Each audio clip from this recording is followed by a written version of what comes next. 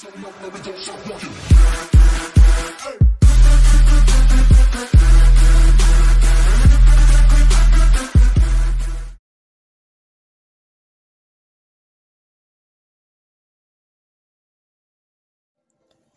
bien, salut à tous, c'est Scorpion 2.0. On se retrouve aujourd'hui pour une nouvelle review sur Mantena Origin. Donc, voilà. Donc, je l'ai reçu il y a un petit moment déjà. Je l'ai précommandé chez Amazon. Du coup, je l'ai reçu rapidement, on va dire, en quelques semaines, c'était bon.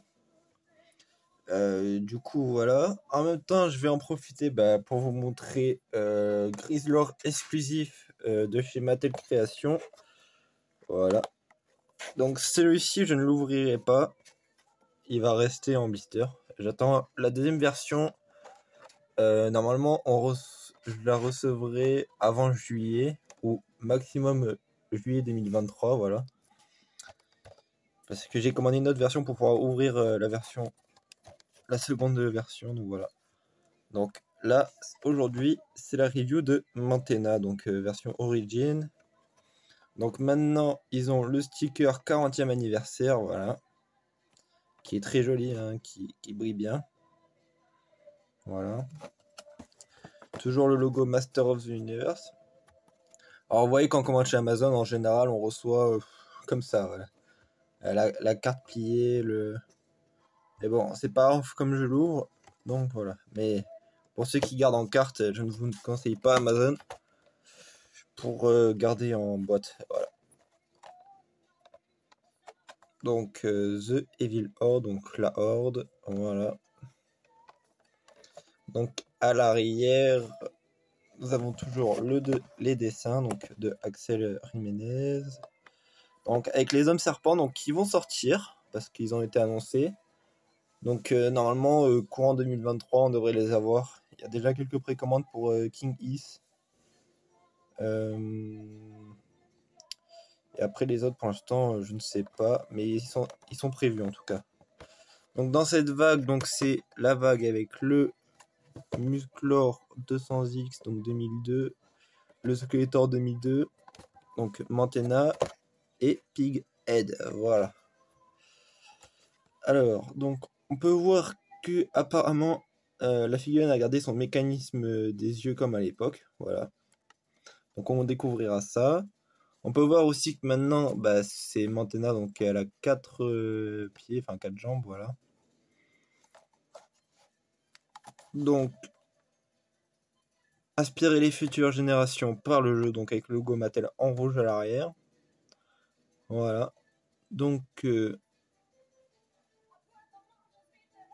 comme à chaque fois ils disent certains produits peuvent ne pas être commercialisés, les couleurs et les décorations peuvent varier. Alors oui, justement, certains produits ne peuvent ne pas être commercialisés. Il y a eu des annulations justement en Europe. Donc ça c'est assez embêtant. Mais bon, c'est pas grave. Pour ma part en tout cas, parce que c'est des figurines dans tous les cas que je comptais pas acheter réellement. Donc pour moi ça me pose pas de soucis, mais pour ceux qui aiment bien avoir leur collection complète à 100%, ça peut être dérangeant de devoir passer aux États-Unis à chaque fois pour commander des figurines. Voilà. Donc on va passer au déballage. Donc là on a l'air d'avoir un mini comics différent. Du coup lui je le connais pas parce que je n'ai aucune autre figurine de cette vague là en fait, justement. Je n'ai pas encore le Musclor ni le Skeletor 2002, voilà. Le Pighead je ne vais pas me le prendre parce que je ne fais pas la gamme Roller of the Sun, tout simplement. Voilà. Alors pour ouvrir ça, hop, un petit trou là dans la bulle et on découpe tout autour. Alors c'est une bulle assez large du coup parce que la figurine est assez grande, enfin elle est plus grande en largeur puisqu'elle a ses 4 pattes, donc forcément voilà. Hop. Voilà, tac. Donc maintenant les accessoires ne sont pas dans des sachets plastiques normalement, ils sont mis directement à l'arrière, donc on va la poser là et on va sortir le mini comics. Du coup pour moi celui-là je l'aurai en bon état, il n'est pas collé par rapport aux autres, Voilà. Alors comme à chaque fois, nous avons le petit papier donc qui montre les parties démontables. Voilà, donc la tête, les bras, les pieds, voilà, comme sur chaque figurine origine, rien ne change. Voilà. Donc le mini comics, donc on peut voir Sunman, Pighead du coup, et du coup, hop, le Skeletor et le Musclor 2002, voilà. Alors, qu'est-ce qu'on va découvrir? Parce que du coup, je ne la connais pas en réalité, je ne l'ai même pas vue. Alors, on voit un monstre, on voit Musclor qui se transforme, et du coup, Musclor qui affronte le monstre. Donc là, on peut voir la sorcière avec la planète Terre et les différents systèmes. Voilà, on peut voir Sunman. Donc voilà. Donc après, nous avons encore Pighead. Et donc Mantenna qui combat contre Sunman. Et on peut voir qu'a priori elle perd. Voilà, donc. Hop. Après, on peut voir le fortin de combat. Et le château des ans qui est très bien dessiné. Moi j'aime beaucoup comme ça. Voilà. Et donc là, c'est fini en fait. Tout simplement. Voilà. Donc très sympa petite BD. Alors c'est sûr que c'est plus sympa avec les textes, mais bon. Les versions européennes n'ont pas de texte. Donc c'est assez dommage. Donc on va passer à la figurine. Alors. Donc là le système d'accroche est toujours le même, juste comme à 4 pattes ça va être plus facile à enlever. En fait j'aurais même pas besoin de couper, regardez.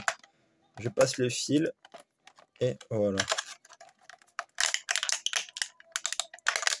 Donc déjà ça. Et puis là, pour les bras par contre, sans toucher la figurine, voilà. Et pareil là.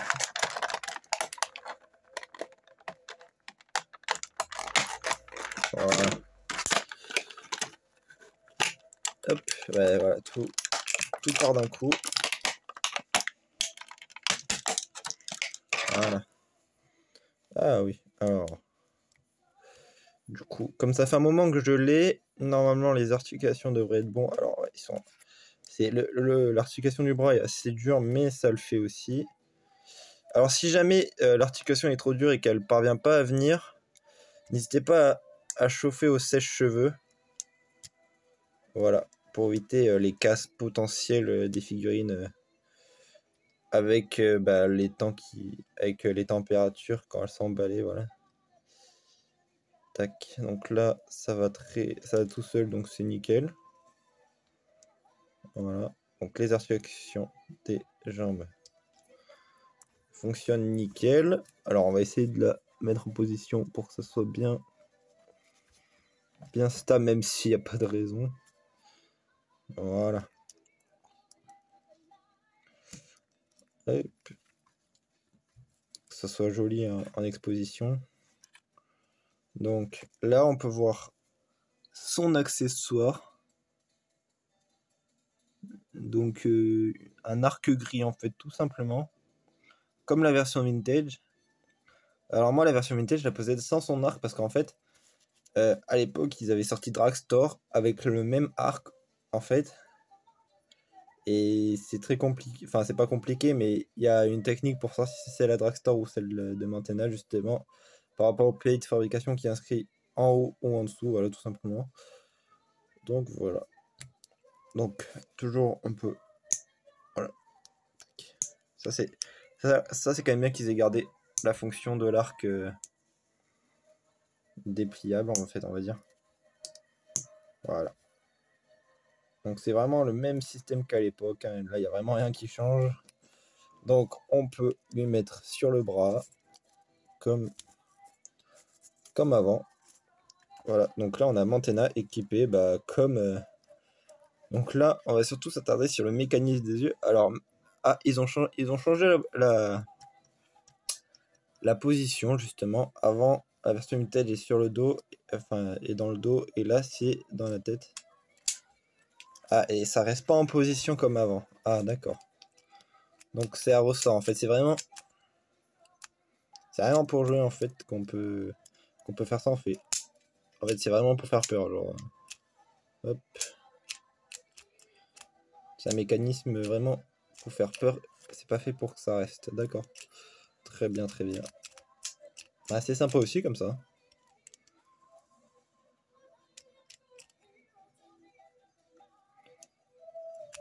Dommage qu'il n'y a pas une position pour que ça reste bloqué. Mais bon, c'est pas grave. Alors, la version vintage, regardez, elle est comme ça. Donc, très sympa. Donc, elle a. Donc, ils ont clairement gardé le code couleur. Et vous voyez, le mécanisme, il est dans le dos. Et en fait, ça reste comme ça parce que c'est à toi de le redescendre, en fait. C'est à toi de redescendre les yeux. Voilà. Donc, on va faire une petite comparaison. Donc, on peut voir que le bleu de la version vintage est un peu plus clair. Voilà. Mais on est franchement dans le principe de Mantenna hein, quand on regarde. Les yeux, ils sont pareils pratiquement. Alors, on peut voir qu'il y a plus de détails sur la version vintage que la version origin. Mais voilà, tout simplement. Rien de très grave. Après, là, ici, bah, c'est pareil. Il n'y a vraiment rien qui change. En fait, à part les quatre pattes, enfin les quatre jambes, en fait, voilà. Le dos qui est un peu plus détaillé là, parce que du coup, il n'y a pas l'encoche pour les yeux. Et comme il y a l'encoche sur la tête, bah voilà. Alors, les oreilles sont plus détaillées sur la version vintage, on peut voir. Mais ils sont quand même très sympas là. Alors, est-ce qu'il y a quelques différences notables? Alors, bah en fait, on a toujours le même nombre de chauves-souris en fait. Parce qu'en fait, Mantenna, c'est comme si qu'elle avait eu toujours 4 jambes sauf en figurine en fait que l'on reproduit. Ils lui ont collé les 2 pieds en fait pour éviter de faire une figurine comme celle-ci en fait justement. Donc là, ils lui ont créé ces fameuses extensions en fait, donc en 2 fois. Donc ce qui est très bien et ce qui la différencie de sa version vintage. Voilà. Et là, on peut voir que Hordak fait beaucoup moins méchant sur le torse que celui-là, qui fait vachement plus vampire en fait. Voilà. Donc, ils se sont vraiment appliqués sur la version origin Mattel. Donc, ce qui est vraiment bien pour une fois. Il y a juste les chauves-souris, ouais, elles sont un peu moins bien détaillées là sur cette version. Là, ils se sont vraiment pas embêtés. Mais bon, c'est pas très grave. De toute façon, quand on l'expose, on les voit pas trop, donc c'est pas grave. Voilà, donc moi je pense que je vais l'exposer comme ça. Avec son arc, bien sûr. Un peu comme la version vintage en fait. Et voilà, donc c'est une très belle figurine pour... à la base c'est un jouet, donc c'est vrai que c'est très bien d'avoir mis ce système-là, justement.